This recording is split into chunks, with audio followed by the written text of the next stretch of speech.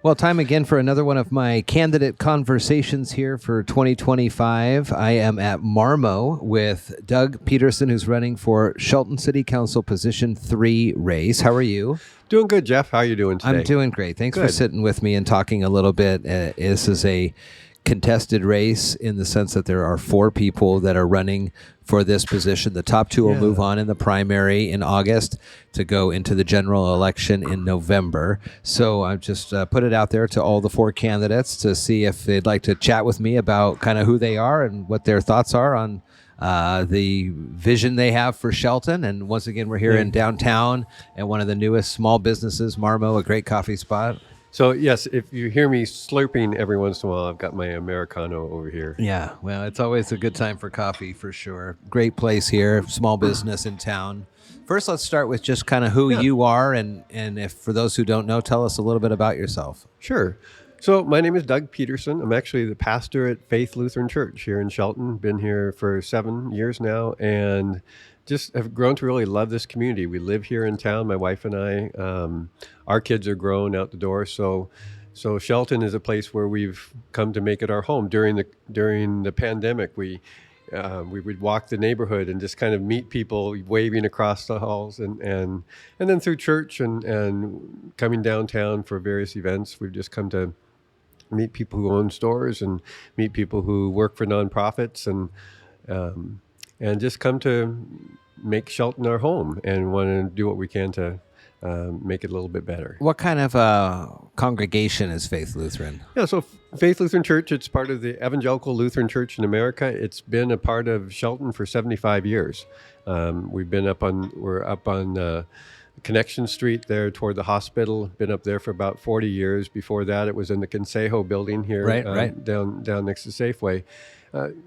Lutheran congregation comes out of a Scandinavian background, has been a part of this community. In fact, Faith Lutheran Church, along with St. David's Episcopal Church, was one of the drivers that started Community Lifeline. Oh, okay. 30 years ago. Wow.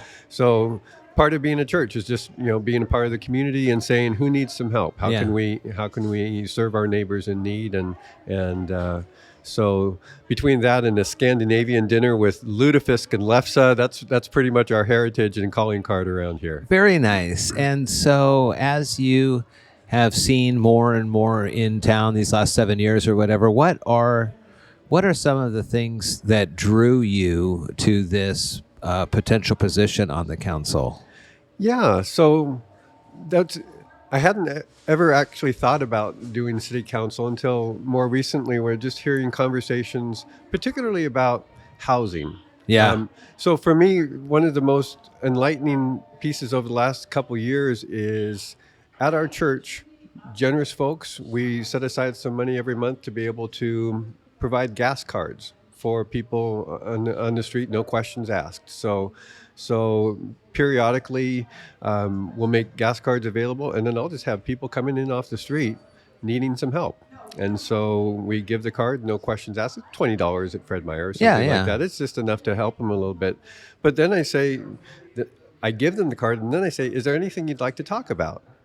Well, I get these incredible conversations with people of all sorts of backgrounds and experiences who are in need of some help. And it's amazing how I meet person after person who they're living in their cars. Yeah. Or sometimes they're finding shelter in the back of the church somewhere. And we just listening to their stories, not why it is that they need the card. I'm not interested in that. But who they are. And it's amazing to get to know some of these people and hearing their stories, their personality. Some of them are funny and engaging. Some of them are shy. Some of them are really damaged. But all of them come back and forth and I've come to enjoy those conversations because those are my neighbors. Uh-huh. And we're part of the same community. And then I look at that and I say, well, I can help with this, and maybe we can find a coat or something, or maybe get you down to this other place. But time and time again, the conversations are about about living in their car or living in a tent, or and that kind of existence. Or some of the people are in their homes, but just barely. They're $100 away from losing their home, or losing this or that, or they're behind on their. So it's in some ways sort of a helpless sort of a feeling. And I've learned I can't fix all their problems, but we can be a welcoming, kind, neighborly place. And I can be just a decent human being talking to another decent human being. And it's enriched my life. But then I start to look at the bigger picture and say, well, is there anything else that we could do? And Faith Lutheran Church, we're not going to raise $5 million to build a homeless center. And there's no one entity that can do anything about it. But as I start to listen then to business owners and city planners and nonprofit agencies and stuff, there's all sorts of really good ideas out there. Yeah. But what sometimes doesn't happen is those people don't talk to each other, or they have a hard time listening to each other because, history and and politics and frustrations and things. So I found myself just kind of drawn to say, well, how can I make myself available in this community that I love, to serve all these people that I love, and work together, help people work together for the good, and particularly around, for me, the housing situation.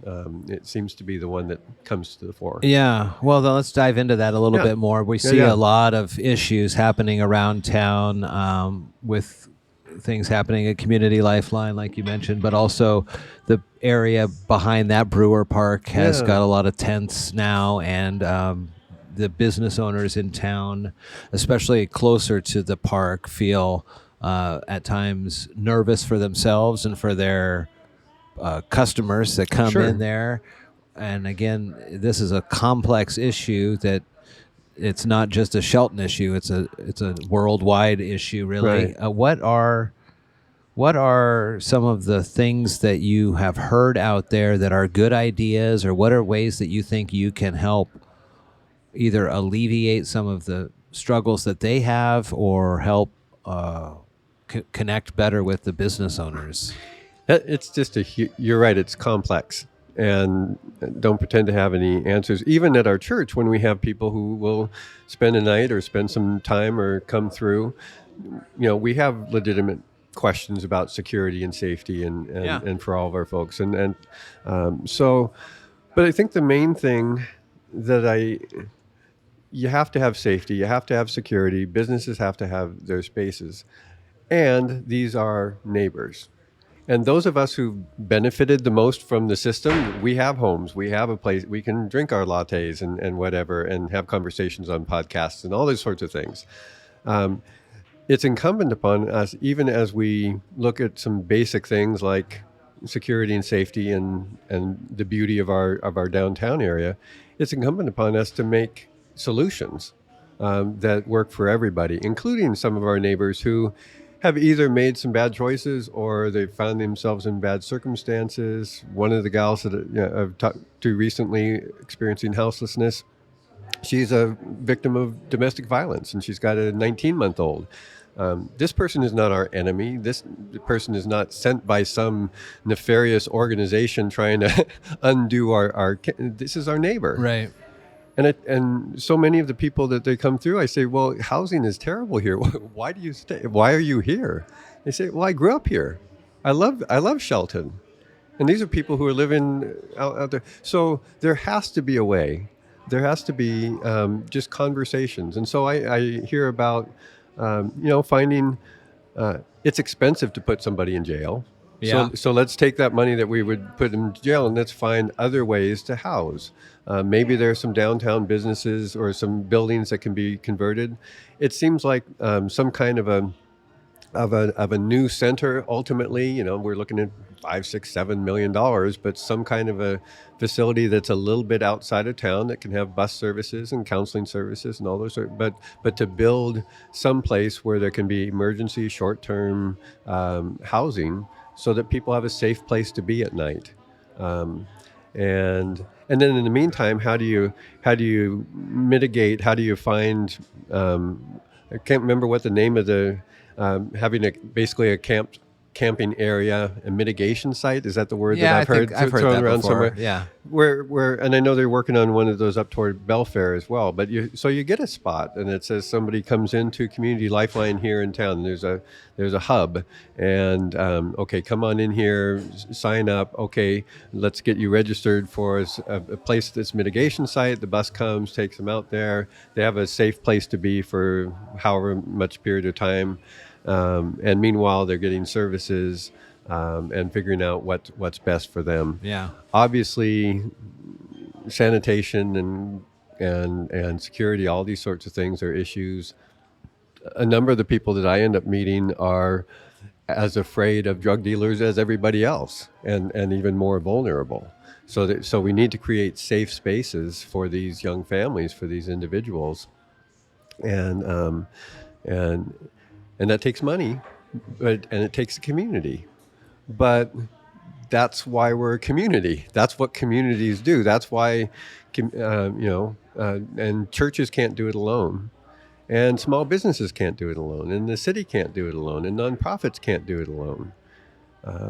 We haven't even talked about some of the immigrant population and the influx of some wonderful Guatemalan and Mexican folks who are in here working hard and worshiping in our church building and other church buildings, and they're our neighbors too, and bringing them to the table as well, and just saying, how do you do this? How can we all work together just to create spaces for people? Do you think there's enough outreach happening to our migrant population that comes into town, or our immigrant population that comes into town, on a city basis? And how do you engage those folks that come up to Faith Lutheran? Well, I have no idea about the city level and how that's being done. There is an agency that has its CIELO has its office in our church building. Yeah. So I see folks coming through all the time, and they're getting help with their paperwork, getting help with job training, computer skills, all sorts of things, helping families get situated in the community, and and it seems like they're able. In my neighborhood, I see a number of Guatemalan families, and the kids are playing outside. They're grinning, and they come out and pet our dog and all that kind of stuff. I mean, they're neighbors too. And so we're all just kind of working together on that. I think but of course, language is a barrier. Yeah. Cultures are a barrier. That's why just getting everybody to the table and then taking the time to actually listen to what each, and if 5 different people, groups come up with solutions, I might not agree with 1 or 2 of them, but together, collectively, we can figure out short-term, mid-term, long-term safety, security, sanitation, compassion, all the things. And then you start moving forward, and you move forward together, and you make mistakes, and then you and then you adjust, and you cheer each other on, and so the idea that 5 years from now, Shelton is a better, safer place for everybody.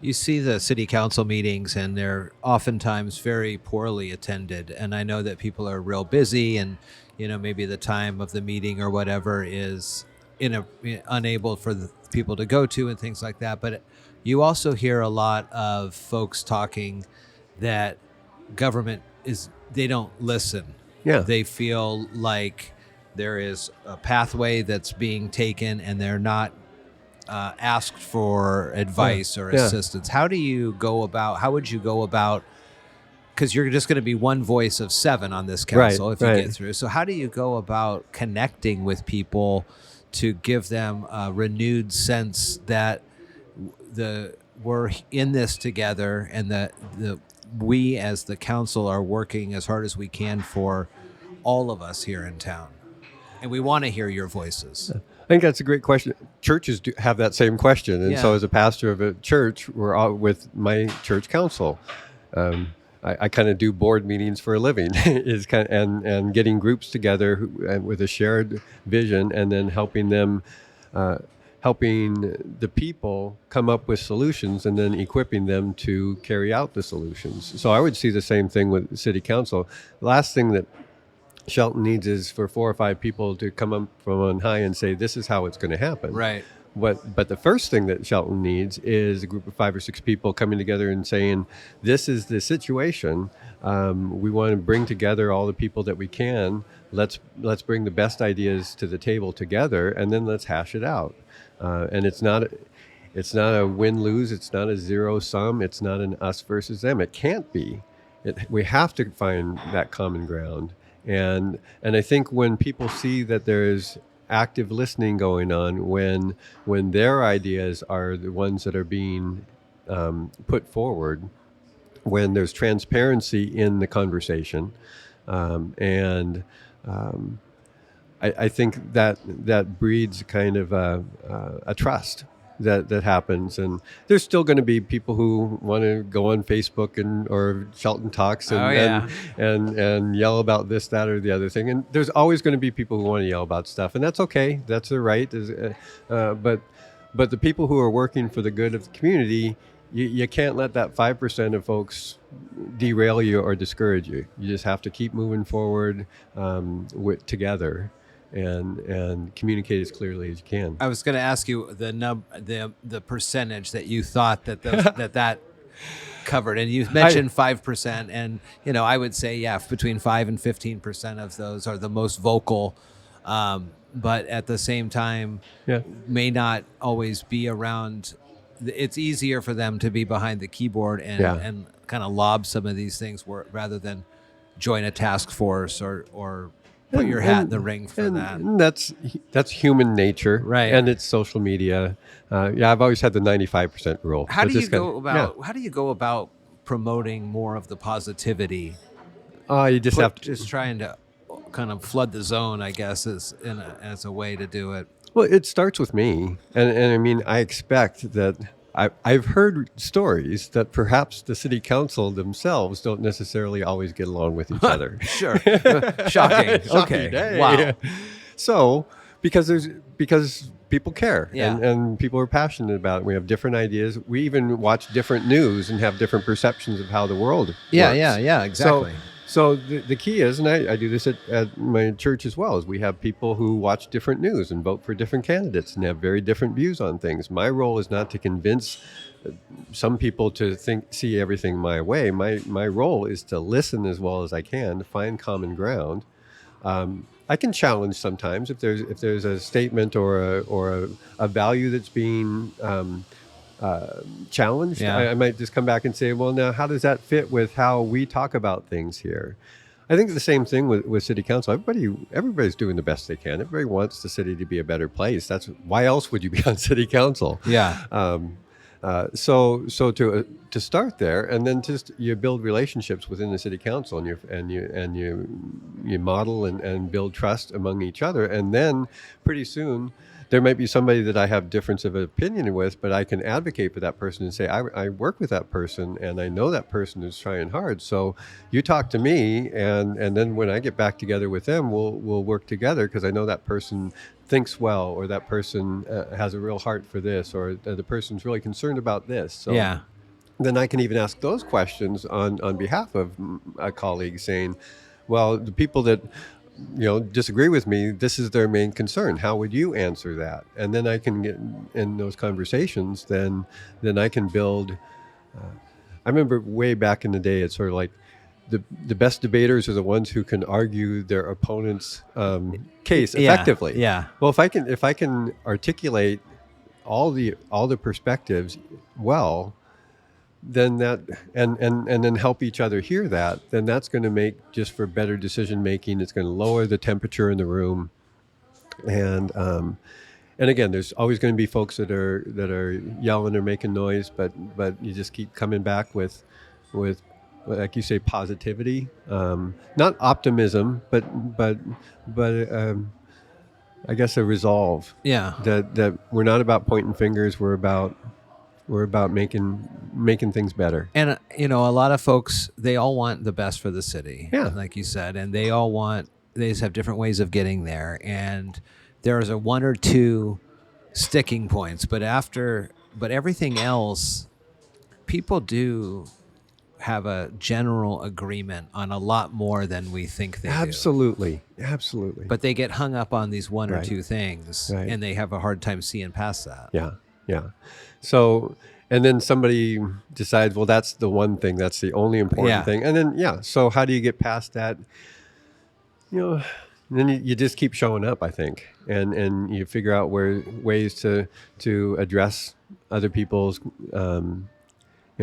it used to be a good word. Sometimes compromise is a bad word anymore, but I think compromise is absolutely, that's what it is to live in society, to live in a community. Sometimes we have a saying that at the church we'll have like different worship styles, and so we do one each different week, and I say that way nobody's happy. Yeah, there you go. If everybody's equally unhappy, then we're doing something right. I've heard that for sure. So that's funny. Managing people's disappointment. We're here again at Marmo, a nice small business in town. It's been here for about a year or so.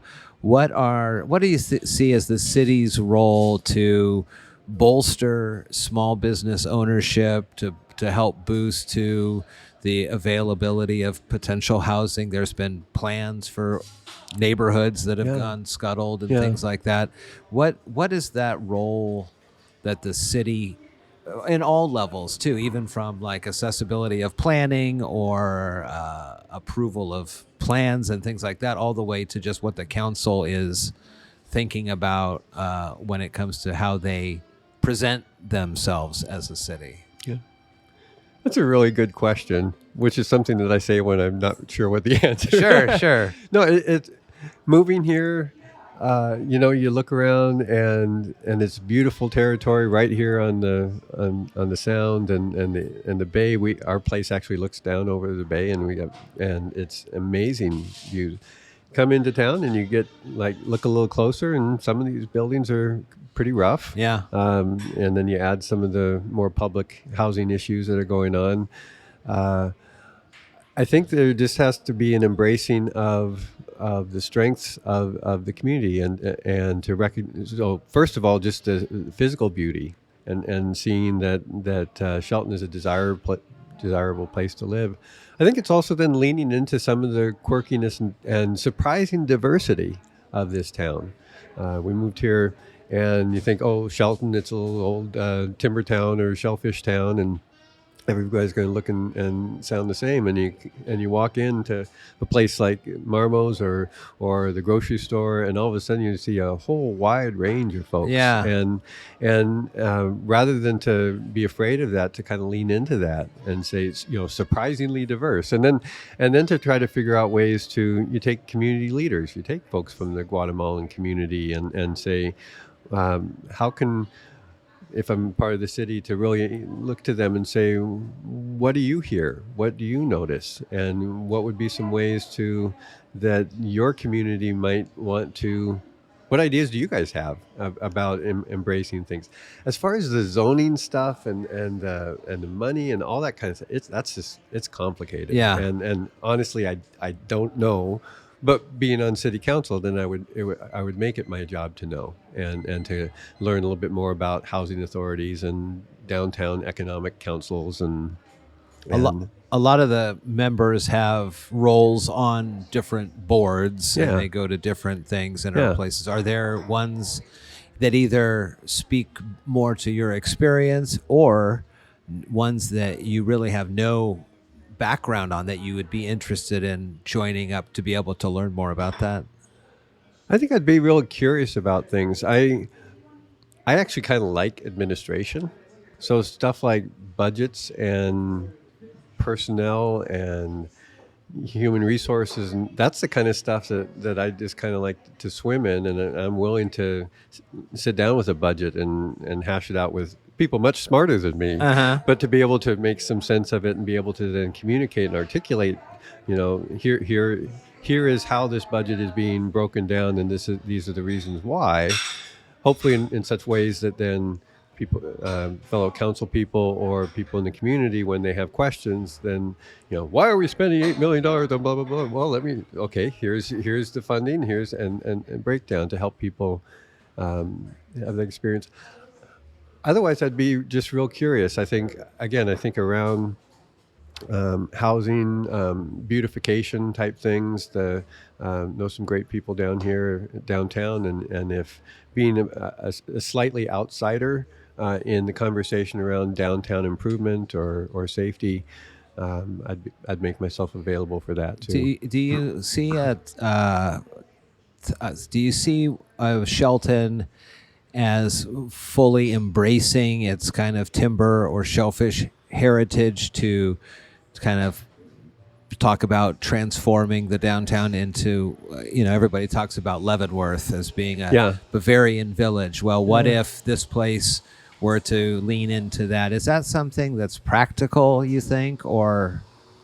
I would, again, coming in 7 years ago, I mean, I recognize the heritage. I live right next to Paul Bunyan over there. Yeah. And it's nice, and it's kind of culture. It's much like the Lutheran Church holding on to its Scandinavian tradition. There's nothing wrong with it, but at a certain point in time, it becomes limiting and narrow, and we don't need to try to Leavenworth Shelton, I think. But what we are is within 20 minutes of Olympia. I think we are a beautiful area. I think we are a diverse area. The thing that I notice probably more than anything is that we don't have a lot of green space, a lot of common space. And if I were on city council as well, I would put a priority on just trying to create some better common spaces where, we just, Monday night we met with some friends and some families down at Neelan Park and had just a great little area there. To have more of those and more access to those through walkways and jogging paths and stuff like that. Yeah. So that would be kind of little. I remember many years ago they were talking about parks and parklets, like tiny parks. Yeah. So within a mile of your house, you would have access to some sort of a green space. And I'm not quite sure where Shelton is on that one, but if you look uptown, there's not as many opportunities. It's a different kind of layout up there. And again, for better or worse, a lot of folks focus solely on the downtown. Yeah. But the uptown part of Shelton on the way, Olympic Highway, where the hospital district is, things like that, there's opportunity there as well to build the town out and kind of bring that into the whole of Shelton as opposed to two separate parts. Yeah, that's where our church is located, up in that area there. Yeah. And we've been talking about, there's some grants out there for some community gardens. And I know over there at the Methodist Church, they've got some of those as well. So there are lots of resources. And that's maybe a perspective that I also bring, is that I'm used to working outside of government, outside of businesses. I work in the church field, and I worked for hospitals in the past. And so looking at these contributors to the community, bringing, how can churches even form kind of a link for services, for beautification. But yeah, I think, and I was even just driving down past the library today and noticing that that's a lovely area, but it's a vital link between above and below. And how do you make that as accessible? And how do you close the distance between the bottom of the hill and the top of the hill? Right. And in ways that I think that'd be an interesting conversation to have. And what even entrances to Shelton, there's not an attractive way into town necessarily. You come up on Highway 3, you wind through a little bit, and you stop over here, and nothing wrong with any of that, and it all costs money. That's why, and people own the land and all that kind of stuff. But trying to figure out ways just to make sure that what I'd like is for Shelton to be a welcoming place. Part of that is the exterior and what kind of signage and entrances and stuff.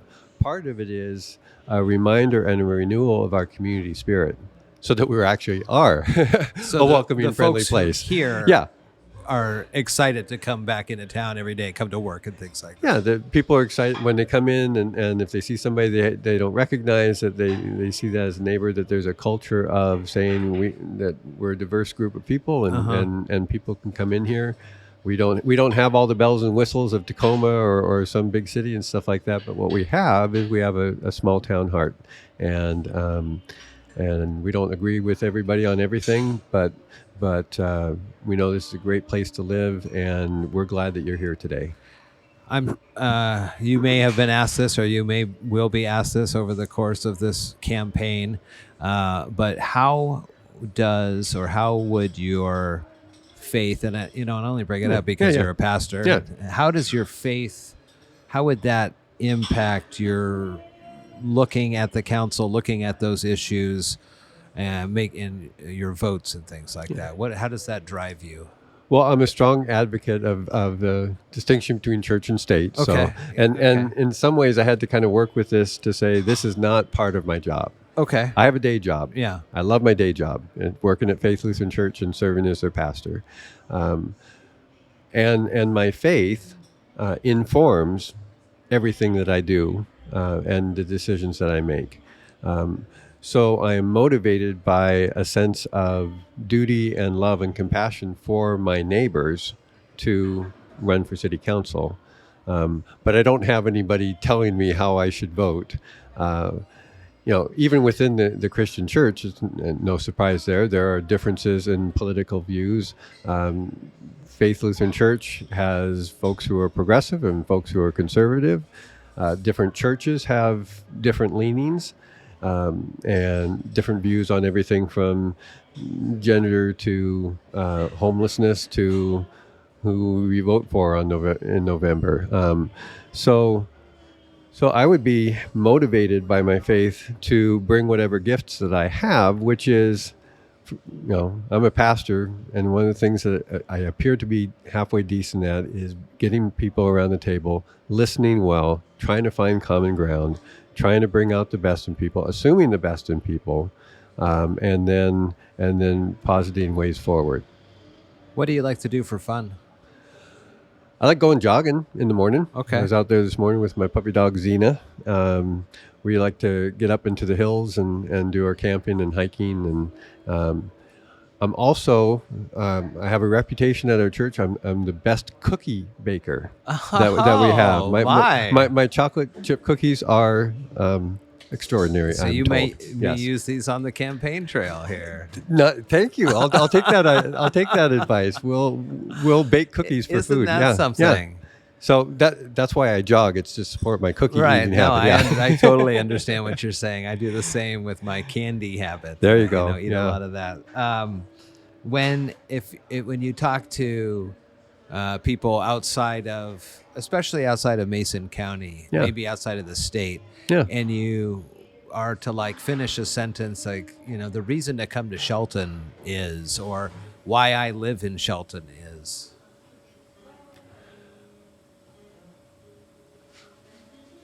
The reason to come to Shelton is to experience a small town in a beautiful location that's filled with a bunch of interesting and diverse people.